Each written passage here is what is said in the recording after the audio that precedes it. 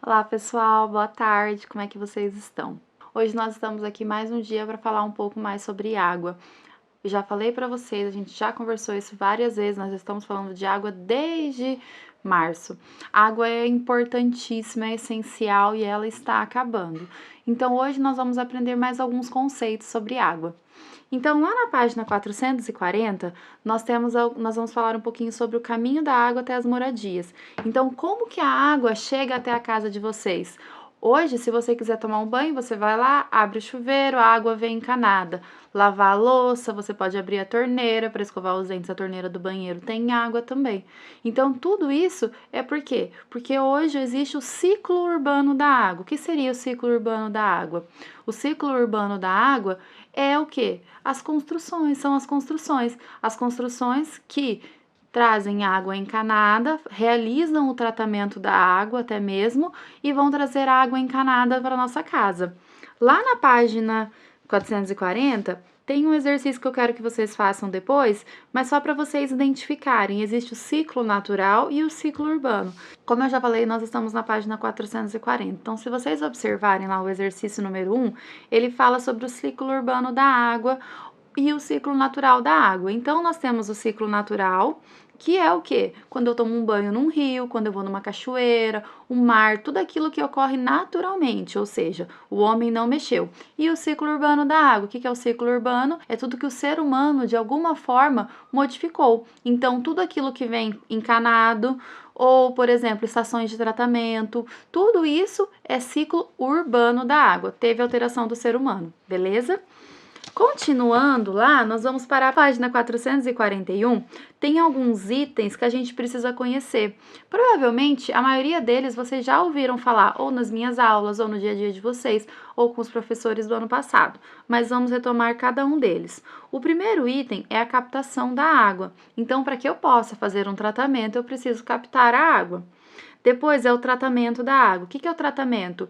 É aquilo que a Sanepar aqui no Paraná faz. Em outros lugares existem outras estações, né, que vão fazer esse tratamento, mas é a estação de tratamento de água. O que é? É aquela empresa que vai captar a água em algum local e vai fazer todo o tratamento dessa água para que ela possa ser potável para a gente consumir nas nossas casas, tá bom? Então, quem faz isso aqui no Paraná é a Sanepar. Distribuição da água. O que acontece? Depois que a água passa por todo o tratamento, ela precisa ser distribuída, ou seja, ela precisa vir para as nossas casas. Então, todo esse encanamento que a Sanepar faz, que está aqui por baixo das nossas ruas, até chegar às nossas casas, tudo isso é relacionado à distribuição da água. Até mesmo em todas as nossas casas tem caixa d'água, nós já conversamos um pouquinho sobre caixa d'água, até isso faz parte da distribuição da água, tá bom? Utilização e consumo. Então, é a utilização que nós temos na nossa casa, como o exemplo que eu dei, de nós vamos tomar banho, nós vamos escovar os dentes, lavar uma louça, lavar uma roupa, tudo isso é a utilização da água. Depois que nós utilizamos, ocorre a devolução ao meio. O que é a devolução ao meio?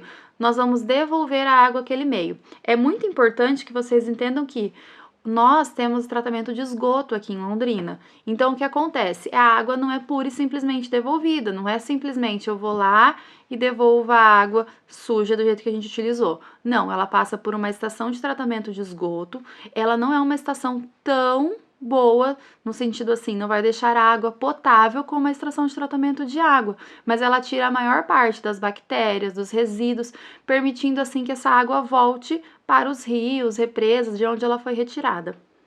Depois, a evaporação da água. Essa a gente já conversou bastante. O que é a evaporação da água? Então, a evaporação da água ocorre em lagos, rios, na piscina. Num copo de água que eu estou bebendo, a água está evaporando. Por quê? Ela vai evaporar, vai condensar e vai formar as nuvens, que é a próxima, condensação da água. Então, a condensação da água é essa água que evaporou. A evaporação da água é a passagem da água do estado líquido para o gasoso. A condensação é o quê? É esse inverso. Quando ela chega num determinado local, ela vai de pressão e temperatura correta, ela vai voltar a ser líquida, formando as nuvens. E, finalmente, a precipitação. O que é precipitação? É quando as nuvens ficam tão cheias que ocorre a chuva. certo? Então, a água, ela passa por esse ciclo. Quando nós conversamos sobre o ciclo, nós não havíamos incluído a parte urbana, que é isso, a estação de tratamento de água, que faz a captação e o tratamento da água para que a gente possa consumir. E depois que nós consumimos, a estação de tratamento de esgoto, que faz o quê? O tratamento da água para que ela volte para os rios, represas de onde ela foi retirada, certo?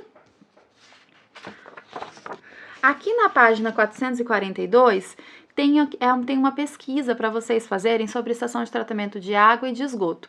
A ideia inicial era que fosse feito em grupos, porém nós não vamos poder fazer isso. Então eu vou pedir para que vocês façam essa pesquisa individualmente na casa de vocês e me enviem depois pelo Classroom, tá bom? Eu vou abrir lá uma aba para que vocês possam enviar essas pesquisas.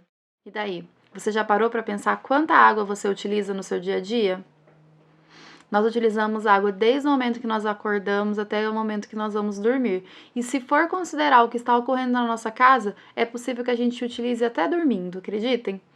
Por exemplo, de manhã a gente levanta, quem gente que toma banho, quem toma banho já vai gastar água. Escovar os dentes, espero que todo mundo escove, né?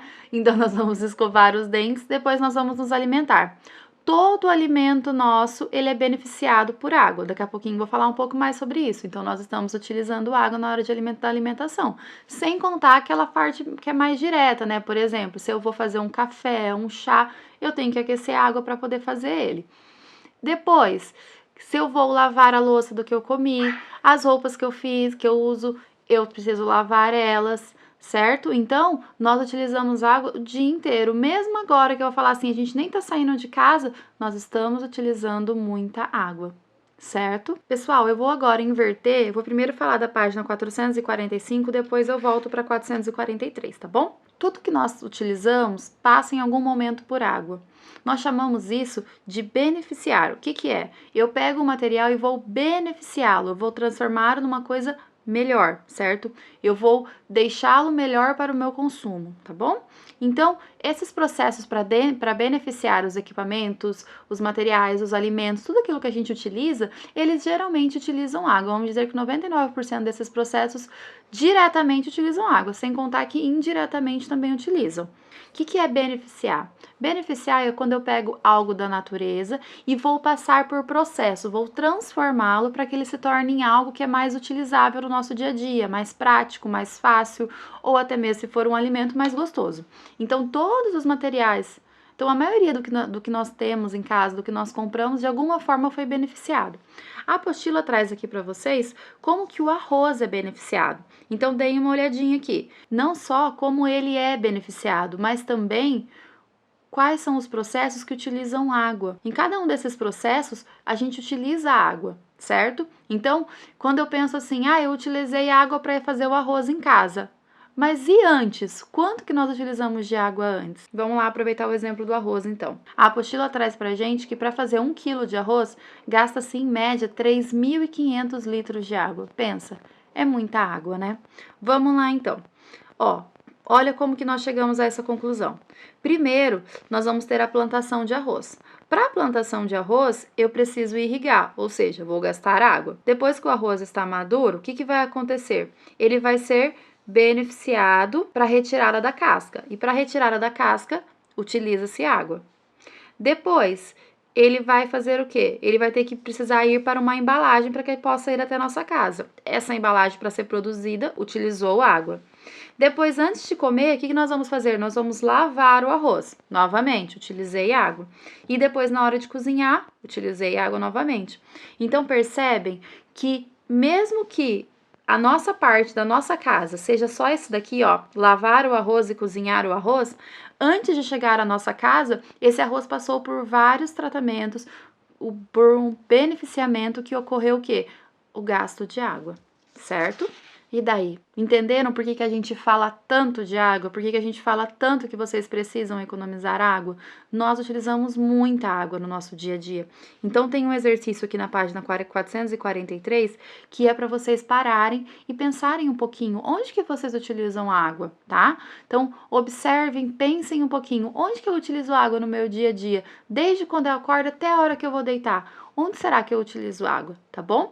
Isso, repito, é o que vocês utilizam, sem contar aquilo que nós precisamos, porque desde o momento que eu estou escovando meus dentes, eu preciso pensar que aquela pasta de dente, aquela escova de dente, tudo aquilo para ser produzido gastou água. Então, a água é essencial, importantíssima e realmente nós gastamos muito. E para finalizar essa discussão de onde nós utilizamos água e tudo isso que eu falei com vocês, toda essa conversa que nós estamos tendo ao longo de 3 meses sobre água, é por quê?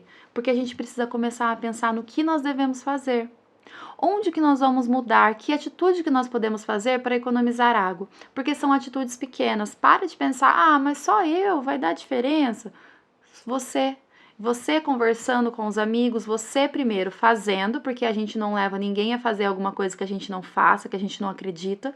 Você mudando os seus hábitos e pedindo, conversando com os amigos, com familiares, com todas aquelas pessoas que têm o hábito de gastar água para que elas parem. Então são pequenos gestos, por exemplo, escovar os dentes, na hora de escovar os dentes, fechar a torneira. Só na hora que eu precisar realmente da água que eu abro. Certo? Nos dias quentes, é lógico que hoje não precisa. Nos dias quentes, fechar o registro da água, por exemplo, na hora de ensaboar o cabelo, não precisa ficar com ele aberto, não está utilizando água, certo? Na hora que for lavar um quintal, fazer alguma coisa nesse sentido, eu posso guardar a água da máquina de lavar, certo? Então, tem várias atitudes pequenas que nós podemos fazer no nosso dia a dia para que a gente economize água, certo, gente? Isso é importantíssimo. A tarefa de vocês de hoje está na descrição. Espero que vocês tenham entendido. Tem mais um vídeo para vocês assistirem logo depois do meu, que vai falar um pouquinho sobre o resumo de tudo que nós vimos, tá? Então vai falar um pouquinho sobre o ciclo da água, tá? Não deixem de assisti-lo. E depois que vocês terminarem de assistir, tem uma listinha de exercícios, como sempre, para vocês fazerem, tá bom, pessoal? Espero vocês na nossa próxima aula ao vivo. Até mais, bons estudos!